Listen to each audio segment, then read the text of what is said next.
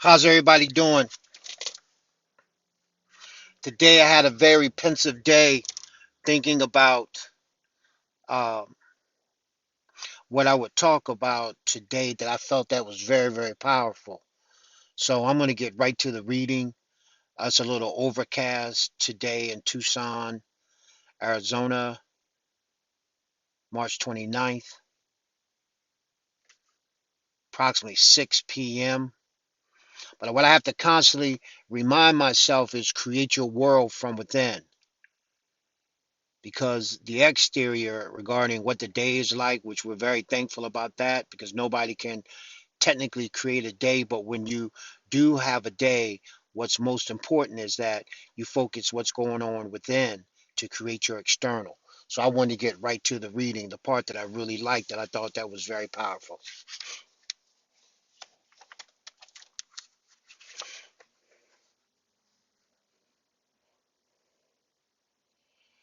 I was talking about the other day about how I really like the idea of intuition and what intuition is really all about when you really start paying attention more so in reference to what you want to create by becoming the effect of your cause rather than be an individual who your circumstance dictates how you feel rather than creating the circumstance that you want and how you get better at that every day. So I wanted to review something that I felt that was very, very powerful. And so I wanted to start with this. It is our intuitive perception of the laws of the universe that reveals to us God as He is. We need only put all our wishful thinking aside, save the desire to know the truth.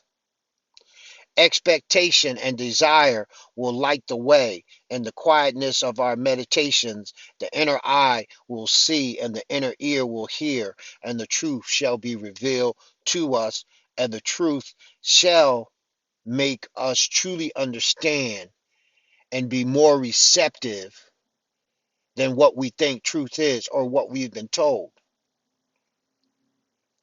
We shall sense the future dwelling within us, know the thoughts and hopes of everyone that we love, know that the way we lived our yesterday has determined our today. True intuition will be ours, the light that never was on land or sea. The soul of all life is your own soul. Wherever your eye falls, it sees nothing but a reflection of yourself. The mighty mind in which we live is all things to all life in all places, and it is the same to you. You are fashioned from the intelligence of God. You are one with the intelligence of God. You need only rub that piece that obstructs you, which is your ego, to clear the wax from your ear, and there become apparent a universe which has cradled you in everlasting arms, a universe that responds to your every mood and need and desire. We know where the path leads, ever upwards to a oneness with God within. We know that the purpose of life is constantly expanding consciousness, and we know it is within our power to expand our consciousness to encompass all of the life about us. We know that this is the secret of Jesus, that he saw the universe dwelling within himself, that he intuitively perceived the laws that made up his being. This is our destiny. We may aid it or obstruct it as we wish, but we cannot stop it from eventually arriving. We may use it to fill our lives with good, or we may use it to fill our lives with error and evil. It matters not to the subconscious mind. For every soul who falls behind, another steps ahead. He who seeks will find. He who abandons the search as hopeless will find at once a hopeless life. It is a question of courage and effort, a question of desire. We either work in accord with the power within us or by opposing it, destroy ourselves. Our goals are power with pity. Our goals are power with pity, wealth with charity, health with temperaments, love without lust. We exceed these goals through no moral pressure. They are true goals because they are truth. We are embarking on man's greatest age, an age wherein the first movements are apparent to banish disease, suffering, and poverty from the face of the earth forever, an age wherein the brotherhood of man finally will arrive in its magnificent peace and harmony. We're living in that age. So these are some of the things I'd like to review.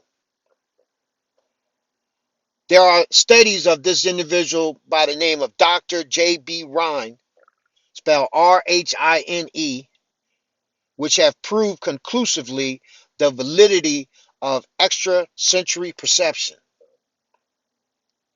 All the truths that Jesus taught are now being proved by scientific investigation.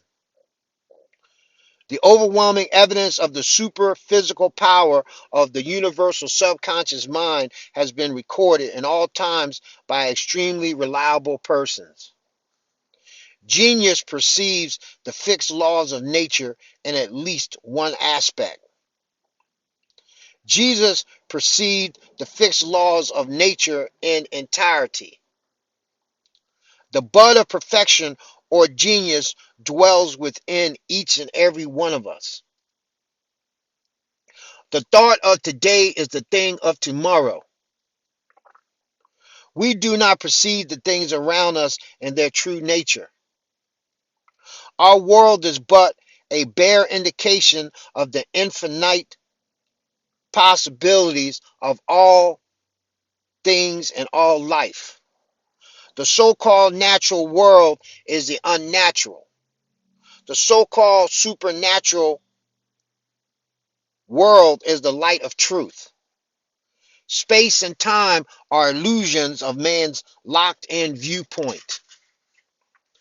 Things do not depend for their existence on being perceived, but are being implanted as ideas in universal mind.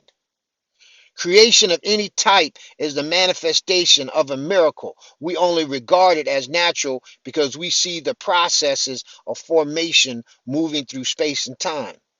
Expanded consciousness perceives time as a dimension and space as existing within. Intuition will reveal the laws of the universe. Intuition is not merely a hunch, but an irresistible light which must be followed. Jesus is an example of expanded consciousness, compressed time and space to perform his miracles.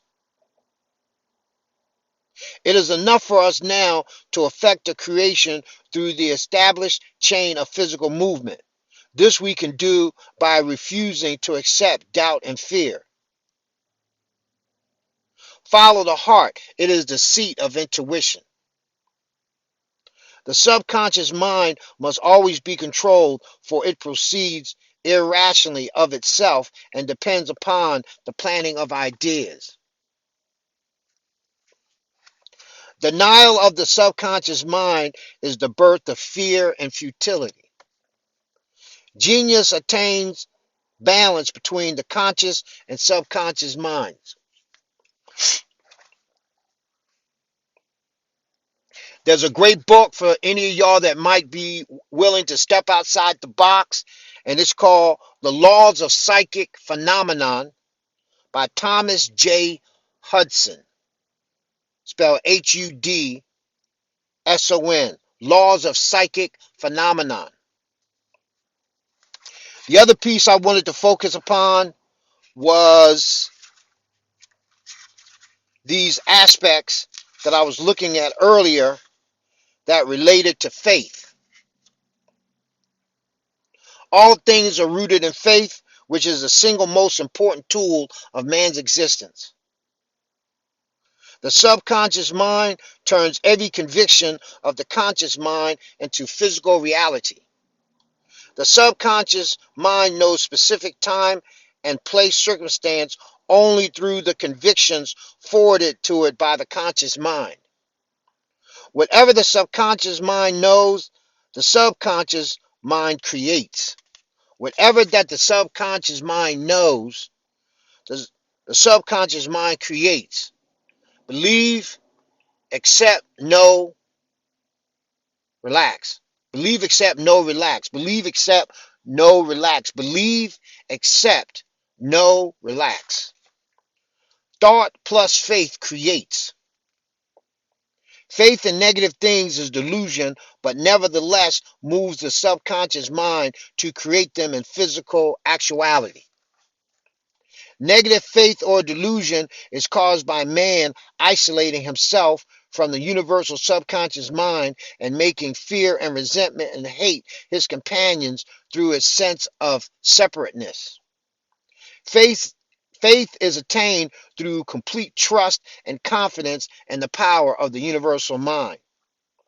The unity of all things and all people indwelling in the mortal self of the universe is the essence of faith. The unity of all things and all people indwelling in the immortal self of the universe is the essence of faith. Faith is a spiritual value and must be maintained in a spiritual manner. Therefore, it can never be dictated by the circumstances that surround you. The unity of all things. Faith is a spiritual value and must be maintained in a spiritual manner. Therefore, it can never be dictated by the circumstances that surround you. So that means when something is not right, you remain in your faith. And the main thing that you don't accept is what is currently going on, and what surmounts your present circumstances is constantly telling you yourself that everything's going to be all right, and you work toward that. That way you don't become a victim of the current circumstances through faith. Faith is sustained effort. Faith is persistence. Faith is knowing. These can also be what's called affirmations as well. Faith is knowing, while hope is little more than wishing. Don't fall into the trap of hoping for things. It will avail you very little. Positive thinking is the cornerstone of faith. Refuse to add negative thoughts and circumstance unto yourself. Choose only the good and the great and the beautiful. The rest is delusion, like fear or hate or discord. The mind may be trained in the habit of positive thinking through a training period called a 30-day mental diet, which I'm currently going through to increase my situation even more, because this is very important to me. I intend to impact many. The inner self does not make up thoughts. It only observes and chooses. What that means is many people imagine that they create their thought, but that's not necessary. Not necessarily. In other words, like if a thought comes through, like say certain thoughts come through, and you know that those thoughts are not supportive, you have to choose which thought that you allow to dominate your mind.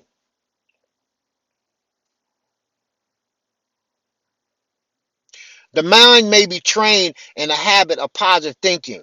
The inner self does not make up thoughts. It only observes and chooses. So while you're observing, then you decide to choose which thought you're going to allow to dominate, because the thoughts are going to come anyway. Your life today is a result of the thoughts you have chosen to accept. And I believe that one of the reasons why I'm going through this, so that when I'm dealing with other individuals and they're asking me like, well, how did you do it? It's everybody's got to do their own work, but it's easier when you have someone that's an actual human, opposed to that you're reading a book. even though there can be great knowledge stored in a book. That's the reason why we can study Plato or Aristotle or Socrates and understand what were their mindsets like, because it's in a book. So you're reading about a man's life, but you can read about a man's life now, and it could have been 500 years ago, or 300 years ago, or 200 years ago, but it still applies to what you're going through right now in terms of how did he make up his decision and whatever that he did, especially if it was for the positive, and what happened was the positive when he was dealing in a negative situation. That's the power of books. Turn your problems over to the universal subconscious mind. You will find the answers and be guided in the right paths. Don't, under any circumstances, tell the subconscious mind how to do things. Let go and let God. That's something that you have to experience, because we learn through making mistakes. And then the key is, once the mistake is made, we learn from that mistake to move forward. Mistakes are necessary. When negative circumstances arise, know that it is but temporary, a necessary route to the goal you inevitably will achieve as long as your faith remains with you. So that's how I feel like being in Tucson, coming all the way out here. Definitely enjoyed my extended family, and the kindness and the joy that they showed me. But having been out here, I'm really finding out what I'm supposed to be doing, and that makes me really excited, because when you love what you do, and especially when you're serving, um, like that science, without literally saying what the words are, it's just awesome all by itself to even live this long and be still in a position where I can still serve and really know what that's all about. Daily seek the consciousness of the indwelling spectator. Let me say that again. Daily seek the consciousness of the indwelling spectator. So that's when your meditations come into play. Now technically they say 10 minutes a day. I'm doing more than that, because I'm trying to get to where I'm going internally, as quickly as I can, to assist as many people as possible, and then just to see that it works. I mean, I actually have a workable system, and it can be taught. Seek to know. Subordinate all things to faith, for faith must precede all demonstration. Then there's another book called Power Through Constructive Thinking. Power Through Constructive Thinking by Emmett Fox. Emmett Fox. Power Through Constructive Thinking. So, what I wanted to say also, which I didn't say in the beginning, is I would like to dedicate uh, this video to my mom again. Yeah, I think about my mom in terms of all that she went through, and being a man and really understanding uh, what she endured, what she expected, what made her uh, who she is, and recognizing that part of who I am is I have to make sure that I give back. And I'm finding out with my mother is not necessarily like material things. And I feel really good because I know it's going to happen, because now I have the aid of God with me, and I know how to call on the power of God, and then depend on him to do whatever that he's going to do, because there is a science with it, and it is kind of how can I say, like it's a little uncomfortable because you can't see the power, you can't hear a voice in your ear saying do this, do that, um and it's more, but wanted to get to this piece right here, and that is, uh if you have any affirmations that you really like, um, and you have any favorites, please comment below. like and subscribe, definitely. And I just want you to have a wonderful and great day. Definitely want to, how can I say, dedication to my mom and to my daughter Diamond and my son Robert, to let them know how much that I love them, and just really appreciative of all that, and being very, very thankful. And I'll be ready to make another video tomorrow. Have a great evening.